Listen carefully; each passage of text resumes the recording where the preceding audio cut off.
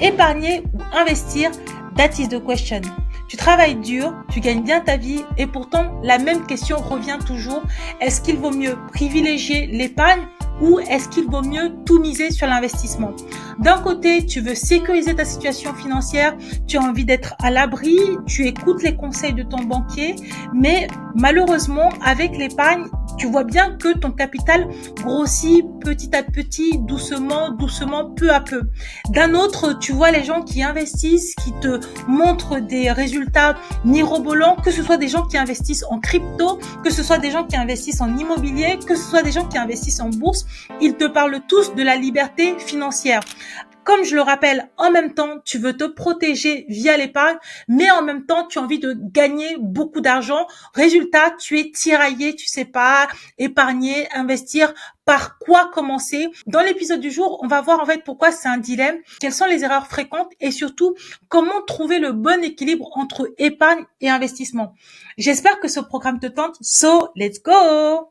Épargner ou investir, c'est un vrai dilemme pour de nombreuses personnes. En fait, quand on a un bon salaire, on peut se dire qu'on va d'abord épargner. Et encore, c'est-à-dire qu'il y en a qui n'épargnent même pas. Mais on se dit souvent qu'on va d'abord épargner, sécuriser, mettre l'argent de côté, comme le disent les banquiers. Et après, une fois que l'on aura construit son épargne de précaution, on va investir, on va pouvoir prendre des risques parce que l'investissement est vu comme quelque chose de risqué, c'est même quelque chose qui fait peur. Mais en fait, laisse-moi te donner mon avis sur cette manière de penser. Je pars du principe que c'est important d'épargner, c'est vrai. Mais il ne faut pas oublier que l'épargne rassure, c'est vrai. L'argent monte tous les mois, mois après mois, grâce à ton travail, grâce à ton temps, grâce à ton énergie. Mais le problème, c'est que cette épargne, globalement, ça rapporte rien. Si on voit les rendements des livrets qui ne font que baisser et l'inflation qui certes a baissé mais reste quand même importante, sur le long terme, eh bien, épargner beaucoup, ce n'est pas une stratégie qui est gagnante. Sur le long terme, tu perds même de l'argent. En face de ça, on a l'investissement qui a l'air très attrayant, mais qui semble hyper compliqué. Tu aimerais faire fructifier ton argent, mais tu sais que si tu choisis le mauvais véhicule, tu choisis le mauvais support, eh bien, tu vas non seulement perdre de l'argent, mais en plus, tu auras aussi perdu le temps que tu as mis pour gagner cet argent. Donc vraiment, c'est une peur qui est réelle, qui est très forte. Ce qui fait que la majorité des gens gardent leur argent sur des livrets sans absolument rien faire. Comment ça se termine tout ça? Eh bien, je vais te le dire, moi, comment ça se termine dans la majorité des cas. Dans la majorité des cas, les gens procrastinent. Oh, je vais épargner demain. Oh, je vais investir demain. De toute façon, on n'a qu'une vie, one life. Si je profite pas maintenant, ça sera l'État qui va me le prendre. Et si, et ça. Résultat, généralement, la majorité des gens ne font rien. Ils n'épargnent pas. Ils n'investissent pas parce que en fait ils sont paralysés dans cette situation de entre-deux et de toutes les manières ils savent même pas aller à gauche, aller à droite, ils sont paumés. Et si je te disais que ce que tu vis, les questions que tu te poses, la situation que tu traverses, eh bien, c'est normal. Ton cerveau, il est pas fait pour te faire gagner un maximum d'argent. Ton cerveau, il est fait pour que tu te protèges, pour que tu ne meurs pas, pour que tu puisses survivre. Et la particularité de l'investissement, c'est que ça fait peur, c'est quelque chose de risqué. On n'a aucune garantie sur les résultats ou les éléments futurs. Donc, ton cerveau, de base, il va pas t'inciter à aller vers ce type de situation-là. De plus, épargner, ça veut aussi dire arrêter de consommer. C'est quelque chose de prouvé. La consommation active la dopamine quand tu achètes quelque chose qui te fait plaisir ou quelque chose à manger ou même un élément, une chaussure, un sac, un téléphone, eh bien tu actives la dopamine. Donc ton cerveau il est pas câblé pour te faire prendre des risques et deux, ton cerveau il a toujours tendance à chercher la dopamine, les plaisirs immédiats. Donc déjà épargner c'est compliqué, mais en plus savoir si tu dois épargner ou investir ou quand épargner et quand investir, c'est quelque chose de normal que tu sois complètement perdu dans cette situation et que finalement tu procrastines, que tu n'ailles pas vraiment vers l'un ou alors pas vraiment vers l'autre. Donc, dans cette première partie, on a parlé de la peur qui te bloque, qui te fige. Mais il y a aussi les croyances limitantes. C'est un élément vraiment sur lequel j'appuie énormément. Souvent, on va te dire que investir, c'est pour les riches. On va te dire que si tu investis et que tu perds de l'argent, ça sera une catastrophe. Et que finalement, c'est seule l'épargne qui est la vraie sécurité. Donc, d'un côté, tu sais pas quoi faire, mais en plus, la société a tendance à valoriser l'épargne, surtout dans les sociétés francophones. Dans l'univers anglo-saxon, c'est un petit peu différent. Les sociétés anglo-saxonnes acceptent un petit peu plus le risque, notamment la construction de la retraite. C'est pas un système de retraite par répartition aux États-Unis ou même au Canada, comme on peut le retrouver en France. Non, là-bas, dans ces pays-là, les individus sont responsables de leur futur financier, ils sont responsables de leur avenir. Donc, en fait, ils ont déjà compris depuis très longtemps que s'ils ne sont pas acteurs, s'ils ne prennent pas un petit peu de risque, eh bien, à la fin de leur vie, il se peut qu'ils n'aient rien et qu'ils soient obligés de travailler toute leur vie, ce qui n'est pas encore le cas ici. Il suffit de regarder l'intégralité des débats sur la retraite.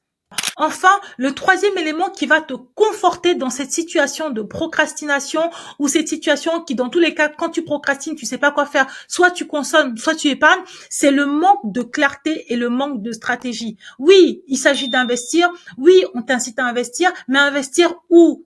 Quand? À quelle fréquence? Dans quoi? Comment? C'est super difficile. C'est vraiment quelque chose que je peux comprendre. Non seulement c'est quelque chose que je peux comprendre, mais sache que tu n'es absolument pas seul. En coaching, je vois énormément de femmes qui se battent uniquement pour épargner. D'ailleurs, la première partie du coaching, on ne parle que d'épargne parce qu'on fait du budget et on fait de l'épargne. Vraiment, je sais que je dois les aider à travailler leur mindset pour pouvoir les accompagner vers l'investissement.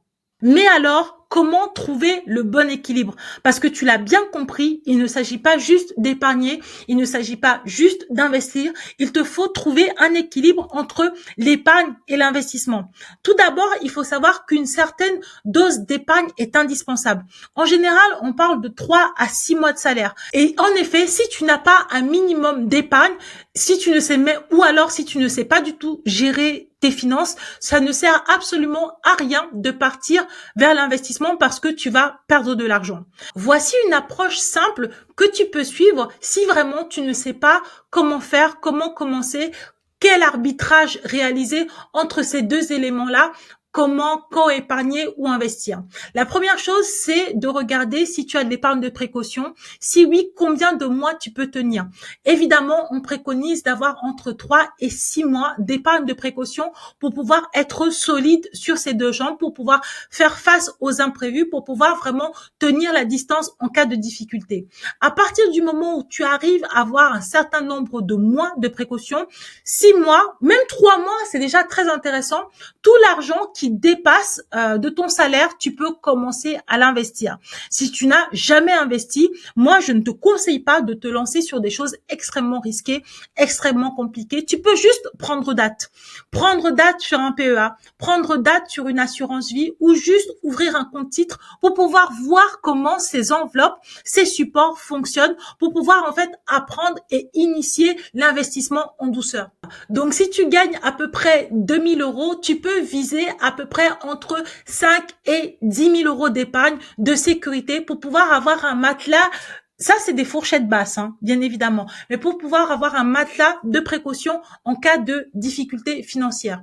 À partir du moment où tu as construit ton matelas de sécurité, tu as à peu près mis tes 5 000 ou 10 000 € de côté. Moi, je préconise de commencer à passer aux investissements. Tu n'as pas besoin de passer sur des éléments compliqués. Tu peux juste commencer sur des ETF qui suivent des indices boursiers.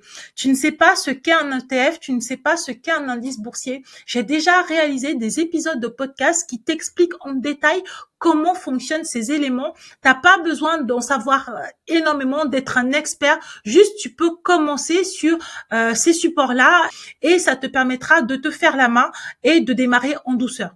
Par ailleurs, faut savoir que si vraiment tu n'aimes pas la technique, tu ne sais pas le faire, tu n'aimes pas le faire, il y a des gestions pilotées qui présentent de très belles performances sur les assurances vie. Donc en fait, le but c'est pas de prendre des risques ou d'aller faire des choses trop compliquées ou d'aller faire des choses qui te prennent trop de temps. Tu peux commencer à investir simplement, que ce soit sur un PEA, un compte titre ou même une assurance vie sur les ETF, mais tu peux aussi donner à des experts tes enveloppes pour qu'ils le fassent pour toi et les supports supports qui sont gérés par des robots trading. Il y a beaucoup d'assurance vie, d'entreprises, de néobanques qui le proposent. Ils le font à des tarifs extrêmement compétitifs et sur les dernières années, les résultats présentés par ces entreprises et ces supports sont extrêmement bons. Et après quelques mois, 2 ou 3 mois, quand tu as vu comment ça fonctionne, quand tu as vu que t'es pas mort, ton argent, ton capital ne s'est pas écroulé, que tu n'as pas tout perdu, eh bien, tu peux commencer à automatiser tes investissements via, par exemple, la méthode du DCA qui te permet d'investir des petites sommes régulièrement tous les mois, tous les trimestres ou même toutes les semaines sur des supports pas trop risqués ou des supports diversifiés comme les ETF ou même les OPCVM. Comme tu le vois, c'est assez simple pour pouvoir démarrer. À partir du moment où on se pose les bonnes questions, à partir du moment où on peut passer à l'action, tu te rends compte qu'il y a vraiment rien de très compliqué. La vraie question, c'est où est-ce que tu en es aujourd'hui? Qu'est-ce qui te freine? Quelles sont tes peurs? Pourquoi tu ne passes pas à l'action? Est-ce que c'est parce que tu as des problèmes d'argent? Est-ce que c'est parce que tu ne sais pas gérer ton budget? Est-ce que c'est parce que tu as peur? Est-ce que c'est parce que tu t'éparpilles? Bref, il faut vraiment que tu puisses prendre le temps de te poser pour voir qu'est-ce qui se passe? Tout simplement pourquoi? Parce que la situation économique française est compliquée en ce moment. Personne ne sait si on aura une retraite, quel sera le montant de cette retraite et qui va la financer. Tout le monde parle de liberté financière, mais le problème c'est que c'est les actifs, les gens qui travaillent, donc ceux qui sont pas vraiment libres, qui financent la retraite des gens qui ont travaillé par le passé. Donc si tout le monde est libre et qu'il n'y a pas d'actifs, ça va être compliqué d'avoir une retraite. Donc moi, je t'invite vraiment à te poser les bonnes questions parce que plus que jamais, c'est d'actualité. N'hésite pas à me dire en commentaire où est-ce que tu en es, si tu as une épargne de précaution, si tu as des difficultés sur ça, si tu as des difficultés sur investir, si jamais tu as envie d'avoir des informations économiques, gérer tes finances, être au courant de l'actualité toutes les semaines, je t'invite à télécharger le guide que j'ai écrit pour aider les femmes à améliorer leur situation financière. Le lien est dans la bio. Je te laisse là, je te fais plein de bisous et je te dis à la semaine prochaine. Bye bye.